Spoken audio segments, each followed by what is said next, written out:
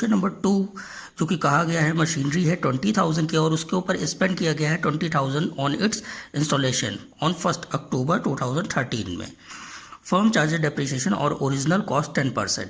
Means ये भी fix method से लग रहा है और इस पर भी हमें फर्स्ट 3 ईयर्स का अकाउंट्स तैयार करना है। और हमारे खाते कब बंद होते हैं? Accounts are close on 31 March every year. आइए अब सॉल्व करते हैं क्वेश्चन नंबर 1 और 2।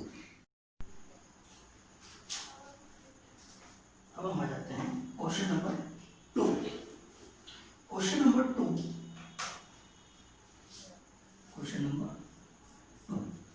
इस क्वेश्चन में हमें दिया गया था 20,000 की मशीन थी और इस पे हमने 20,000 स्पेंड भी किया था इसके इंस्टॉलेशन में। ठीक है, कब किया था? 1 अक्टूबर को किया था। तो यहां पे आ जाता है 1 अक्टूबर को। और कब ये काम हो रहा था? किस ईयर में हो रहा था? 1 अक्टूबर 2013।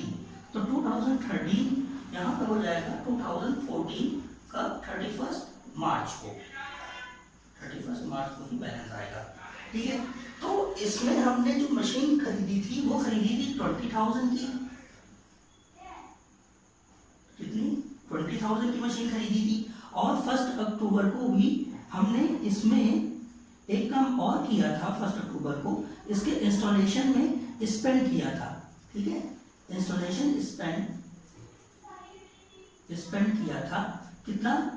20,000 ही स्पेंड किया था। तो ये इसकी जब भी कोई मशीन के इंस्टॉलेशन में या अदर कोई भी एक्सपेंस होता है उसी से रिलेटेड, तो वो उसकी कॉस्ट को, उस मशीन की कॉस्ट को बढ़ा देता है।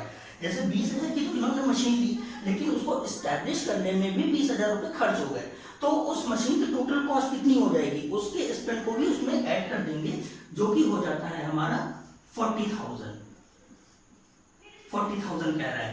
ठीक है, अब हम देखेंगे कि हमारी ये जो मशीन है 1 अक्टूबर को लग गई है, फिक्स हो गई है 1 अक्टूबर को, और ये काम कब तक कर रही है? 1 साल तक, 31 मार्च तक कर रही है। तो अब हमें ये फाइंड करना होगा कि हमारी मशीन ने काम कितना किया, क्योंकि जो परसेंटेज दी गई है वो तो पर ईयर की दी गई है कि 1 साल में 10% कम होता है, लेकिन यहाँ पे ये पूरे साल काम कर ही नहीं रही है। अगर ये 1 अप्रैल से होती तो पूरा साल होता, लेकिन ये अक्टूबर से हो रही है। अब हम देखेंगे अक्टूबर से मार्च के बीच में कितने मंथ हो जाते हैं, कितने मंथ का गैप है? 6 मंथ का गैप है।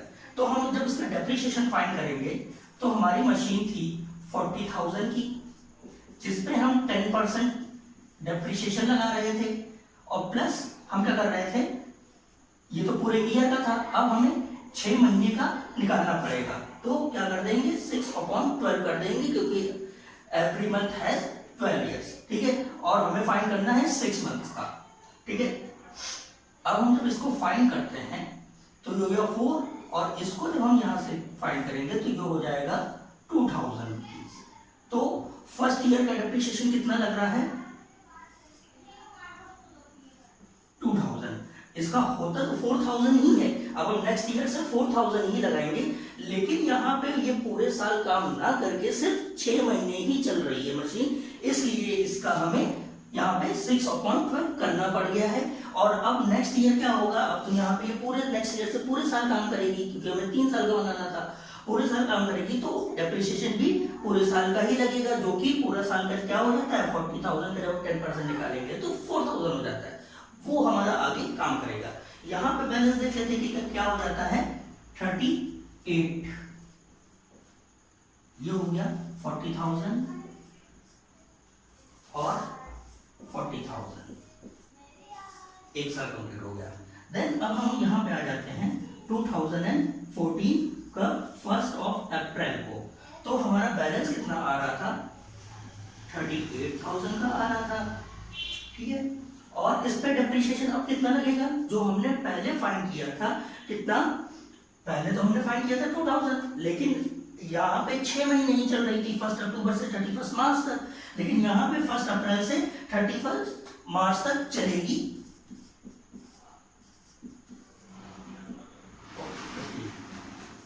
31 मार्च तक ही चलेगी, तो ये पूरे साल का लगेगा। पूरे साल का कितना था? 10% था। तो 40,000 का 10% जब हम फाइंड करते हैं तो आ जाता है कितना? 4,000। तो यहाँ पे डेप्रिसिएशन लगेगा 4,000 रुपीज का। अब 4,000 को इसमें से जब हम बैलेंस निकालेंगे तो हमारा हो जाता है 34,000, इसका बैलेंस कर दिया और इसका बैलेंस आ गया। देन नेक्स्ट ईयर हम फिर से आ जाते हैं कब, 2015 1 अप्रैल, वही बैलेंस हमारा फिर से यहाँ पे ट्रांसफर हो जाएगा 34,000 का। देन 34,000 का बैलेंस होगा ही, और डेप्रिसिएशन कितना लग रहा था, फिक्स है, तो फिर से यहाँ पे फिक्स है। इसका मतलब ये नहीं कि हमारा यही लगता रहेगा, क्योंकि यहाँ पे हमें मंथ्स देखने हैं, ठीक है। तो इसलिए हमने 2000 को रिपीट नहीं किया है, क्योंकि ये 6 मंथ काम कर रही थी, हमें यहाँ पे पूरे साल का देखना है, इसलिए यहाँ पे हमने पूरे साल का लगाया हुआ है।